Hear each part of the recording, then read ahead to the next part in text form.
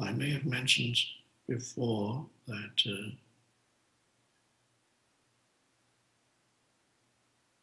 one obstacle to meditation, especially for people who practice formal meditation regularly, they may not realize, although whatever method they use, whatever meditation practice they use may be good, potentially helpful,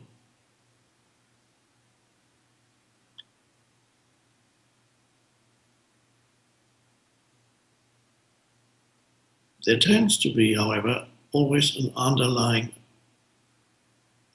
unexpressed thought, feeling perhaps, that you are doing a meditation. Sometimes you do many things every day, and one of the things you do is you're doing a meditation practice. I'm doing my meditation practice.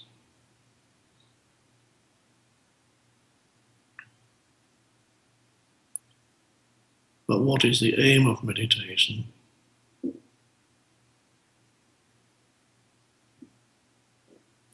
It's supposed to take you into a realization of being.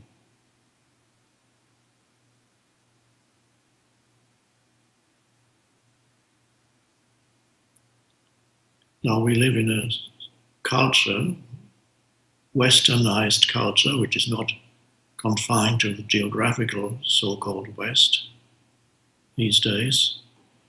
The westernized culture is in many places of the globe. We are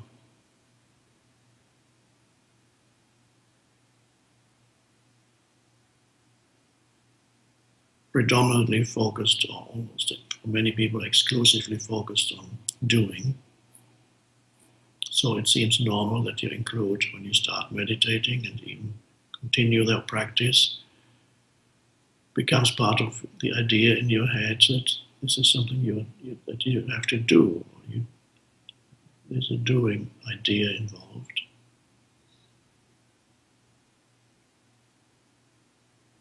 Doing involves time. Doing has an aim. I'm here, I want to get there, or I'm doing this in order to achieve that. All doing involves time. So with the idea of doing comes the idea of time, that you need to get somewhere with your meditation practice. For example, I want to become enlightened, or maybe you're not as ambitious as that, and just I want to still my mind.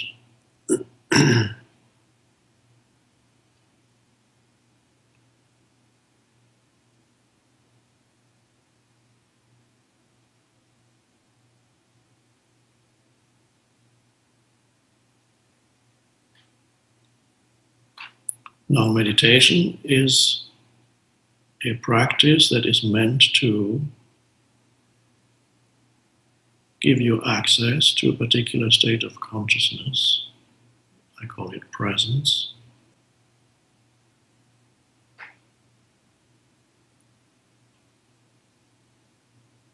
To help you realize that apart from doing, and of course doing is not just external doing, running around or on the computer. Doing also is thinking. Every thought you think, you're doing something, you're doing your thinking. Meditation, the aim of meditation is to bring you to a realization of being. So to help you access another dimension within yourself. It's not thinking, and it's not to do with external activities. But you don't go to sleep either.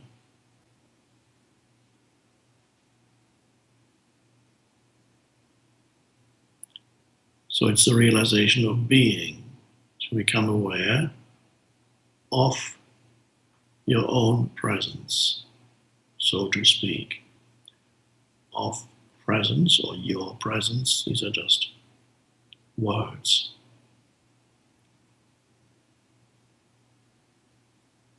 Right now, instead of thinking we're doing something,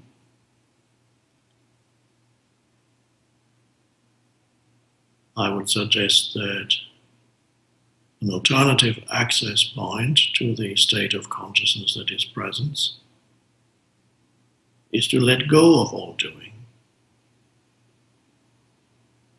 or any idea that you have to get somewhere, improve yourself. There is a place for that exists on another dimension that also operates in your life, getting better at things and so on.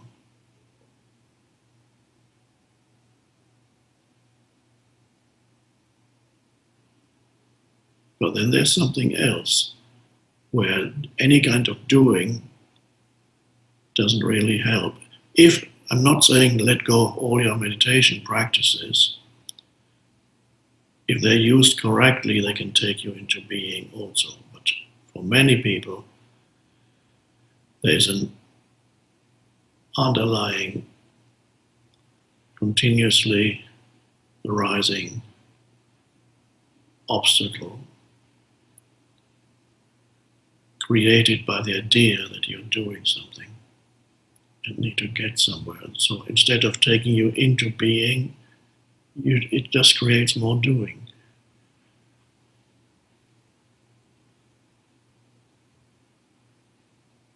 Being and doing, those two dimensions, need to be present, and it's not just meditation is there to help you access being, but in the rest of your life, which is most of your life, 98% of your life, even if you meditate a lot, 95% of your life is still something else. It's not the meditation. There needs to be a balance between being and doing, not as separate things, but coming together.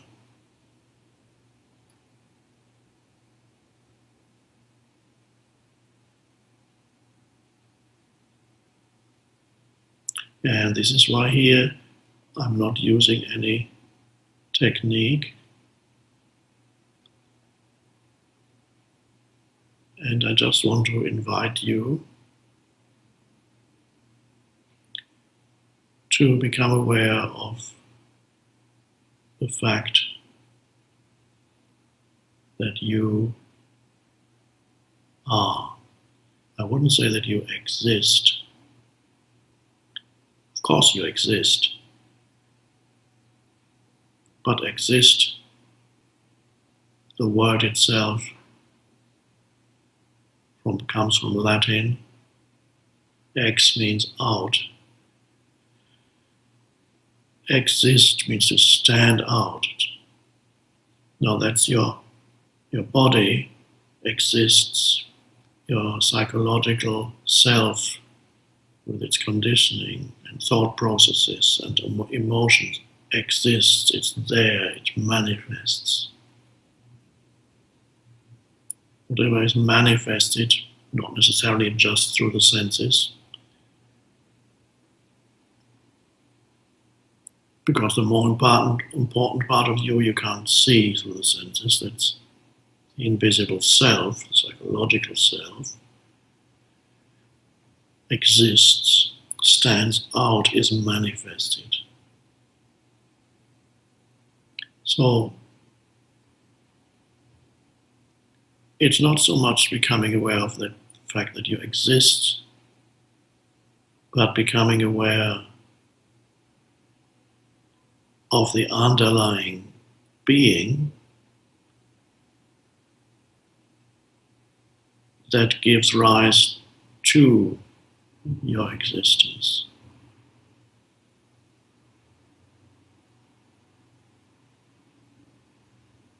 Something deeper. becoming aware of yourself right now as I speak, of the essence of who you are, not as a physical body, not as a psychological entity with a past, a personality conditioned by the past. But is there anything deeper than your personality that's conditioned by the past, consists of all thought processes and emotions and opinions and viewpoints, likes and dislikes and so on and so on? Is there something else, something deeper, something without which all those other things could not manifest?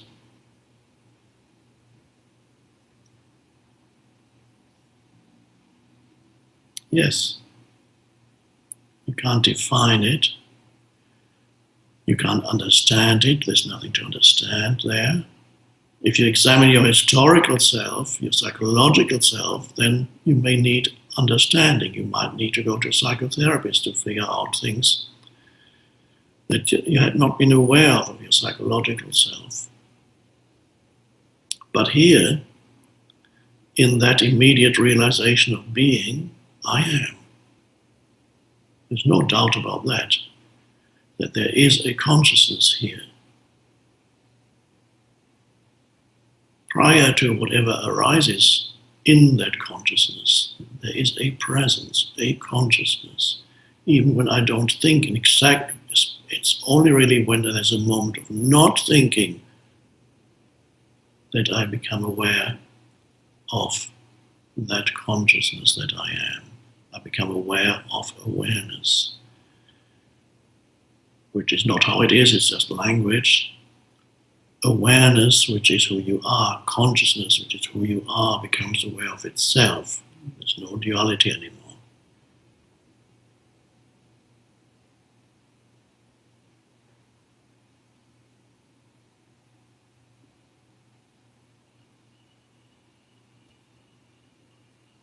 Can you feel yourself, your consciousness, your beingness, the I am, without adding anything to the I am, which would be your name, your age, your gender, your position in society, your knowledge, your memories?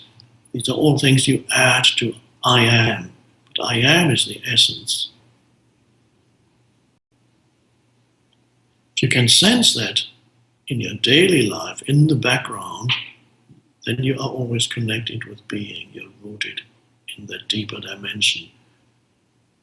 And then all the comings and goings in your external life and all your doings may still be important, are still important, whether you gain something, you lose something, whether you're healthy or ill, rich or poor. But then there's always something deeper, and from that deeper dimension of beingness, where you can sense your essential reality as that, and not the psychological personality, that means you have found that which is of primary importance, and then you deal with all the things that are of relative or secondary importance, which is everything else in your life.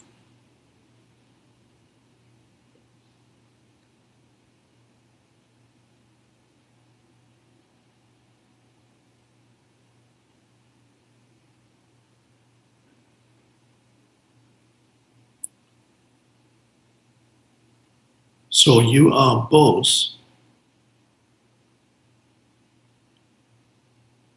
who you are in this world, the person, the historical entity, the physical, psychological entity, yes, you are that, but more fundamentally,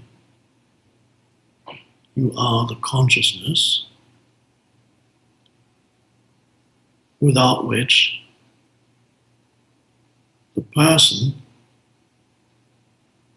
would not even be.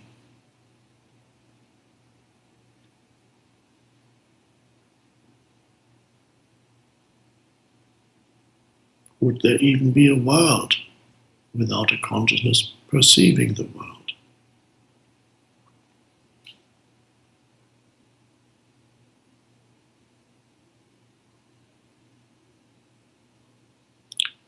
Molecules, atoms, and empty space make up this body, this room, everything, wherever you are, molecules, atoms, and mostly empty space. It's not a world at that level. It's not a room.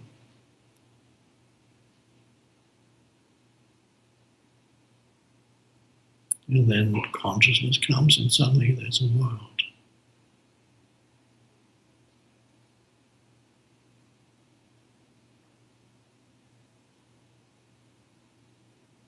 But molecules and atoms themselves may also be just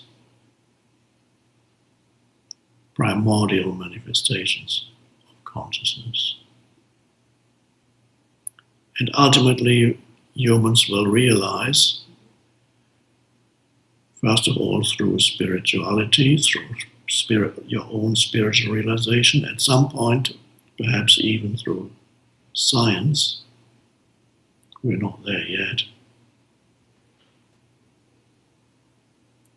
That all is consciousness, that the entire universe is an expression of the one consciousness, vibrating, so to speak, at different frequencies, from so-called inanimate matter to plant life, to animal life, to human life, and other dimensions of existence. In the same way that you can have water that can be solid, it's ice, seems to have nothing to do with water, it's very hard.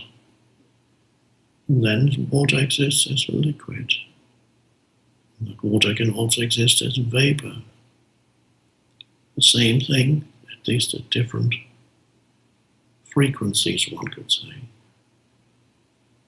In consciousness, this is just an analogy for consciousness.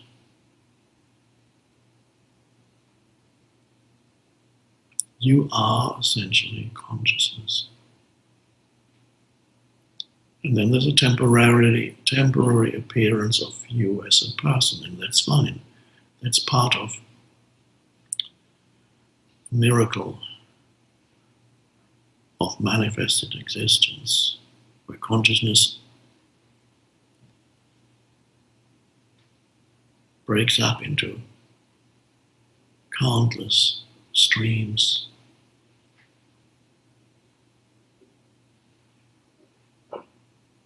Coming all continuously from the one source.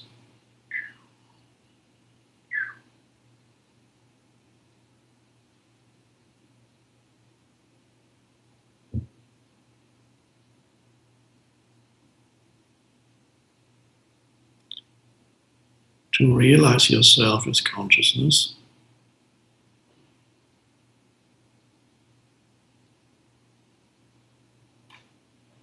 you need to become aware of the space between thoughts.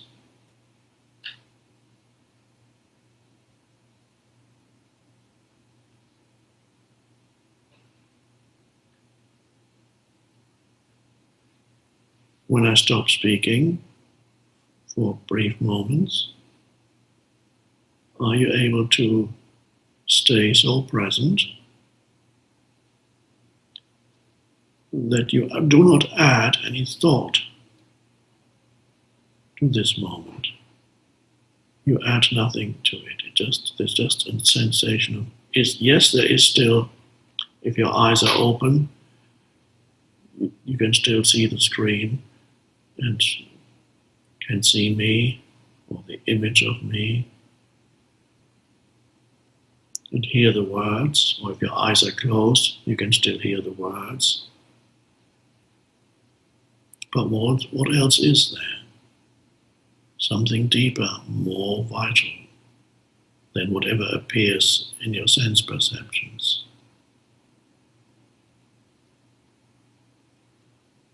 something without which there would be no sense perception. Oh, yes. Just a stillness at first, a seeming nothingness.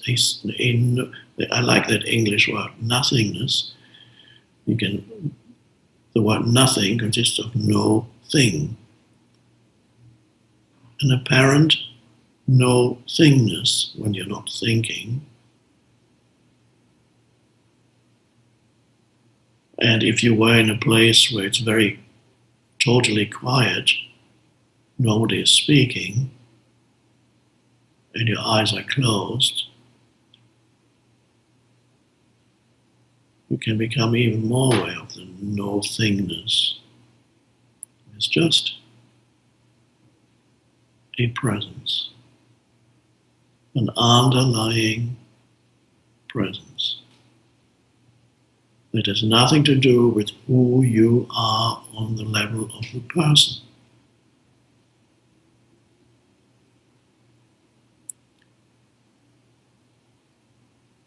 No. Oh. An alive stillness.